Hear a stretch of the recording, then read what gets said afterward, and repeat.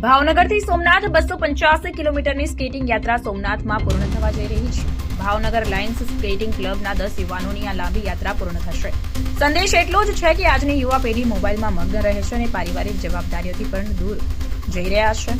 ત્યારે આ સ્કેટિંગ યાત્રા યુવાનોને રમતગમત ક્ષેત્રે પ્રેરણા પૂરી પાડે તે હેતુ છે। આ સમગ્ર યુવા વર્ગને એક અલગ પ્રકારનો અને નવતર સંદેશ આપવા માટેની યાત્રા યોજાઈ છે।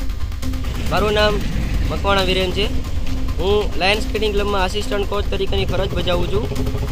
અમે તારીખ 27 ડિસેમ્બરના રોજ આ સ્કેટિંગ યાત્રા શરૂ કરેલ છે, જેમાં અમે ભાવનગરથી સોમનાથ 285 કિલોમીટરનું અંતર કવર કરવાના છીએ।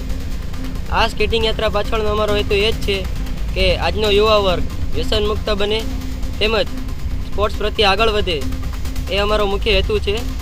આ સ્કેટિંગ યાત્રામાં અમે 5 વર્ષથી લઈને 18 વર્ષ સુધીના બાળકો જોડાયેલા છીએ અને 3 દિવસની અંદર અમે આજ રોજ તારીખ 29 ડિસેમ્બરના રોજ આ 285 કિલોમીટરની સ્કેટિંગ યાત્રા પૂર્ણ કરવાના છીએ।